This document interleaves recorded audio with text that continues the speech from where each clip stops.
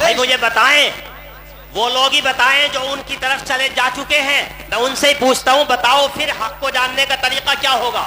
بے جب شک آپ بے بات کرانا نہیں چاہتے تو حق کو جاننے کا کیا طریقہ ہے؟ ہم چھپانے والے نہیں ہیں.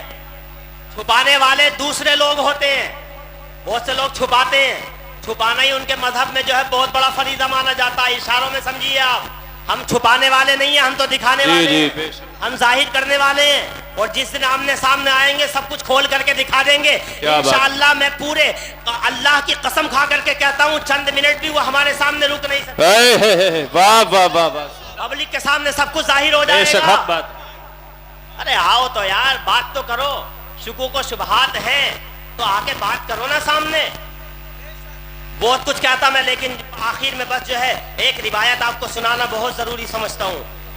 ان لوگوں کے بارے میں تو مولائے کائنات نے بتا دیا ہمیں، مولا مرتضیٰ نے بتا دیا ہے ہمیں. مختلف کتابوں میں حدیث موجود ہے جو آپ کو میں سنانے جا رہا ہوں. امام احمد نے مسند حنبل میں مسند اپنی مسند میں روایت کیا. مشکات المصابیح میں صاحب مشکات نے بیان کیا ہے اس حدیث کو. اور بھی مختلف کتب حدیث میں یہ حدیث موجود ہے جو میں آپ کو سنانے جا رہا ہوں. ایک مرتبہ آقا کریم صلی اللہ تعالی علیہ وسلم نے حضرت علی کو بلایا، مولائے کائنات کو بلایا، مولا مرتضیٰ کو بلایا، اللہ اکبر، اور کہا اے علی سنو. کیا سنو؟ حدیث پاک کے الفاظ سنا رہا ہوں. فی کا مثل من عیسیٰ ابغضته اليہود حتی باہته امہ واحبته النصارى حتی انزلوه بالمنزلة التي ليس له ثم قال يهلك في رجلان محب مفرط يفرطني بما ليس في ومبغض يحمله شنعاني على ان يبهتني. آقا کریم صلی اللہ تعالی علیہ وسلم ارشاد فرماتے ہیں اے علی تم میں ایک طرح سے حضرت عیسیٰ علیہ السلام سے مشابہت ہے. سبحان اللہ سبحان اللہ. حضرت عیسیٰ علیہ السلام اللہ کے پیغمبر ہیں، ان سے مشابہت ہے. وہ کیا مشابہت ہے کہ حضرت عیسیٰ علیہ السلام سے یہودیوں نے دشمنی کی. کیا کی؟ دشمنی کی. وہ اتنی زیادہ دشمنی کی یہودیوں نے کہ حدیث پاک میں حتی باہت امہ کہ انہوں نے آپ کی والدہ حضرت مریم رضی اللہ تعالی عنہا پر زنا معاذ اللہ زنا کی تہمت لگائی. یہودیوں نے زنا کی تہمت لگائی. اور حضرت عیسیٰ علیہ السلام سے حضرت یہود نصارہ نے اتنی زیادہ محبت میں اتنا زیادہ تجاوز کیا، اتنا زیادہ غلو کیا کہ انہیں اللہ یا ابن اللہ کہہ دیا، اللہ کا بیٹا کہہ دیا معاذ اللہ. آقا کریم فرماتے ہیں علی تمہارے بارے میں بھی دو گروہ ہوں گے. خود حضرت علی اس حدیث پاک کو سن کر کے کہتے ہیں کہ مجھے یقین ہے میرے آقا نے جب یہ فرما دیا تو ایسا ہوگا کہ میرے بارے میں دو گروہ ہلاک ہو جائیں گے. کیا ہو جائیں گے؟ ہلاک ہو جائیں گے، تباہ ہو جائیں گے. حدیث پاک میں ہے یہ، تباہ ہو جائیں گے. ایک گروہ وہ ہوگا جو مجھ سے بہت زیادہ محبت کرے گا. محبت کیا ہوگی؟ محبت کا ڈھونگ ہوگا. بہت زیادہ محبت میں غلو کرے گا. وہ اتنا غلو کرے گا ایسی باتیں کہے گا جو مجھ میں نہیں ہوں گی. یہ میں نہیں کہتا، حدیث پاک کے الفاظ ہیں حتی انزلوہ بالمنزلۃ التی لیست لہو، یعنی وہ مجھے میرے بارے میں ایسی باتیں کہے گا، مجھے ایسے درجے دینے کی کوشش کرے گا جو میرے اندر نہیں ہوں گے. وہ کیا؟ کوئی کہے گا جبریل کا ٹیچر علی معاذ اللہ، اس طرح کی باتیں. جبریل کا ٹیچر معاذ اللہ. جبریل پتا کون ہے؟ جبریل امی فرشتوں کے سردار ہیں، اور فرشتوں میں بھی رسول ہوتے ہیں. اور رسول اور نبی کا معاملہ یہ ہوتا ہے کہ غیر نبی غیر رسول اور نبی کے برابر نہیں ہو سکتا. تو وہ کہے گا، وہ کہتے ہیں، یہ سنا ہوگا آپ نے جبریل کا ٹیچر علی، تو یہ ایسی بات کہہ دی جو حضرت علی کی شان میں توہین ہے. اور وہ کہے گا بے شک کہ اللہ کے رسول کے سوا تمام انبیاء سے حضرت علی افضل ہے، یہ بھی کہے گا. اور یہ ابھی ایک کیڑا جو امروہہ کی طرف کا رہنے والا وہ کہہ کے بھی گیا اس بات کو میں کہتا ہوں اس کی ماں نے دودھ پلایا ہے نا، تو اس بات کو ذرا ثابت کر دے آ کر کے ہمارے ساتھ۔ بے شک سامنے آ جا۔ ہاں واہ واہ واہ، غیر نبی، واہ واہ، غیر نبی نبی سے افضل نہیں ہو سکتا، یہ بے تو خود شک، بھی سمجھ سبحان میں آتی اللہ۔ ہے یار یہ بات۔ ہاں، ابے یہ تو ایک بیوقوف بھی سمجھ سکتا، بہت کم سمجھ والے کی سمجھ میں بھی آ سکتی ہے یار، جو نبی ہے وہ غیر نبی سے تو افضل ہو گئی۔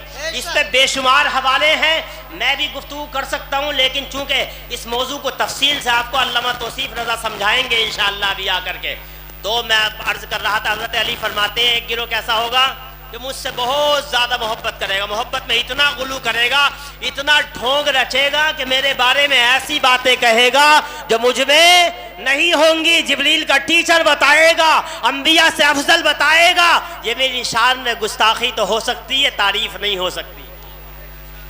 اور ایک گروہ ایسا ہوگا جو مجھ سے بہت زیادہ دشمنی رکھے گا، رکھے گا، بے شک، بہت زیادہ دشمنی رکھے گا، یہاں تک کہ وہ کوئی ایسا الزام نہیں ہوگا جو مجھ پر نہیں لگائے گا۔ اور وہ ایسا ہوا، ایک گروہ ایسا بھی ہوا جس نے حضرت علی مولائے کائنات پر ایسے الزام لگائے، معاذ اللہ اس نے کافر تک کہہ دیا مولائے کائنات۔ وہ گروہ کون سا؟ اب یہ دونوں گروہ ہیں کون سے؟ آج یہ دونوں گروہ موجود ہیں، ایک کو رافضیت کا نام دیا جاتا ہے اور ایک کو خارجیت کا نام دیا جاتا ہے۔ بے شک، سبحان اللہ، الحمدللہ ثم الحمدللہ، ہم اہل سنت والجماعت ہیں، نہ خارجیوں کو مانتے ہیں نہ رافضیوں کو مانتے ہیں۔ بے شک، سبحان اللہ، سبحان رافضی بھی اللہ، واہ واہ، ہمارے جوتے کی نوک پر ہیں اور خارجی بھی ہمارے جوتے کی نوک پر ہیں۔ پر ہے، واہ واہ، بے شک، سبحان اللہ، ہم درمیانہ راستے والے ہیں، ہم اعتدال والے ہیں، ہم وہ ہیں جس کو قرآن پاک میں بیان کیا گیا ہے، صراط المستقیم سے، سیدھے راستے سے، اعتدال والا راستہ، بیچ والا راستہ۔ نہ ہم اتنا کسی کو بڑھاتے ہیں کہ خدا تک پہنچا دیں اور نہ اتنا کسی کو گھٹاتے ہیں کہ یہ کہہ دیں کہ دیوار پیچھے کا علم نہیں ہے۔ واہ واہ، بے شک، یہ بات ہے، ہم جو درجہ ہے جس کا وہی درجہ دیتے ہیں۔ مولائے کائنات کے بے شمار فضائل ہیں، تم گڑھی ہوئی حدیثیں لاتے ہو، تم تاریخ کی غیر مستند روایتیں لاتے ہو۔ ارے حضرت مولائے کائنات کی شان میں بیان کرنے کے لیے کیا صحیح روایتیں کم ہیں؟ بے شمار، پوری حدیث کی کتابیں، پورے ذخیرہ حدیث میں پوری ایسی کتابیں محدثین نے ہمیں دے دی ہیں جو مولائے کائنات اور اہل بیت اطہار کی شان میں موجود ہیں۔ تو ہمیں کیا ضرورت ہے کہ ہم گڑھی ہوئی روایتیں سنائیں؟ ہمیں کوئی ضرورت نہیں ہے۔ تو میرے بھائی، میں آپ کو بتاؤں، آپ کو رافضیوں سے بھی بچنا ہے اور خارجیوں سے بھی بچنا ہے۔ بے شک، آپ کو بے شک۔ اہل سنت والجماعت کا راستہ اپنانا ہے، یہی راستہ حق ہے اور یہی سچا ہے جس کے بارے میں پیغمبر اعظم صلی اللہ تعالی علیہ وسلم نے ارشاد فرمایا تھا کہ سواد اعظم کو لازم پکڑ لو، بڑی جماعت کو لازم پکڑ لو، اگر بڑی جماعت سے ہٹ گئے تو جہنم میں گئے۔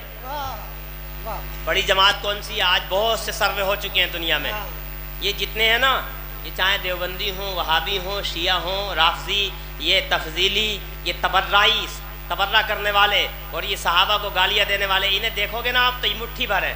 آج بھی الحمدللہ کسی سروے میں دیکھ لو، دنیا کے بہت بار سروے ہو چکا ہے، پوری دنیا میں سب سے بڑی جماعت اگر کوئی ہے تو اہل سنت والجماعت کی ہے۔ سبحان جن کے اللہ، سبحان ایک اللہ۔ ہاتھ میں اہل بیت اطہار کا دامن ہے تو دوسرے ہاتھ میں صحابہ کا دامن ہے۔ سبحان اللہ۔ الحمدللہ ہم ڈنکے کی چوٹ پہ کہتے ہیں کہ میرے نبی نے فرمایا تھا، اصحابی کالنجوم بأیہم اقتدیتم واہتدیتم، میرے صحابہ آسمان کے ستاروں کی طرح ہیں، تم ان میں جس کی اقتداء کر لوگے، جس کا دامن پکڑ لوگے، جس کے دامن کو تھام لوگے، ہدایت پا جاؤ گے۔ اور اہل بیت اطہار کے بارے میں، خاندان رسالت کے بارے میں، نبی نے اپنے گھر والوں کے بارے میں فرمایا تھا کہ میرے اہل بیت کشتی نوح کی طرح ہیں، جو اس میں سوار ہو گیا وہ بچ گیا، جو رہ گیا وہ کام سے چلا گیا، وہ ڈوب گیا، وہ تباہ ہو گیا۔ میرے بھائی، ہم الحمدللہ ہم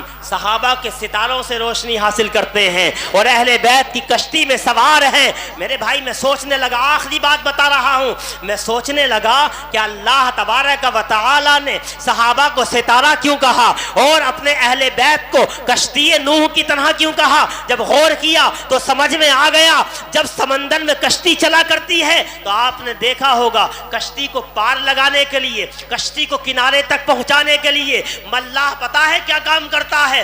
آسمان کے ستاروں کو دیکھتا ہے اور آسمان کے ستاروں کو دیکھ کر کے وہ سمت متعین کرتا ہے کہ مجھے کشتی کو پورب میں لے جانا ہے یا پچھم میں لے جانا ہے یا اتر میں لے جانا ہے یا دکھن میں لے جانا ہے۔ یعنی کشتی اس وقت تک منزل مقصود تک نہیں جاتی جب تک آسمان کے ستاروں سے مدد نہ لی جائے۔ میرے بھائی اس لیے نبی نے فرمایا، اے دنیا والو، اے میرے غلاموں، اے مجھ سے محبت کرنے والوں، اے میرے جانثار صحابہ سے محبت کرنے والوں، اے میرے گھر والوں سے محبت کرنے والوں، اے اہل بیت سے محبت کرنے والوں، یاد رکھنا تم منزل مقصود تک اس وقت تک نہیں پہنچ سکتے جب تک اہل بیت کی کشتی میں سوار نہ ہو جاؤ اور صحابہ کے ستاروں پر نظر نہ رکھو۔ اگر تم نے ایک کو بھی چھوڑ دیا، اگر تم نے صحابہ کے ستاروں کو چھوڑا تو منزل مقصود کا تعین نہیں کر سکتے، اور اگر تم نے اہل بیت کی کشتی کو چھوڑ دیا تو سمندر میں ڈوب جاؤ گے۔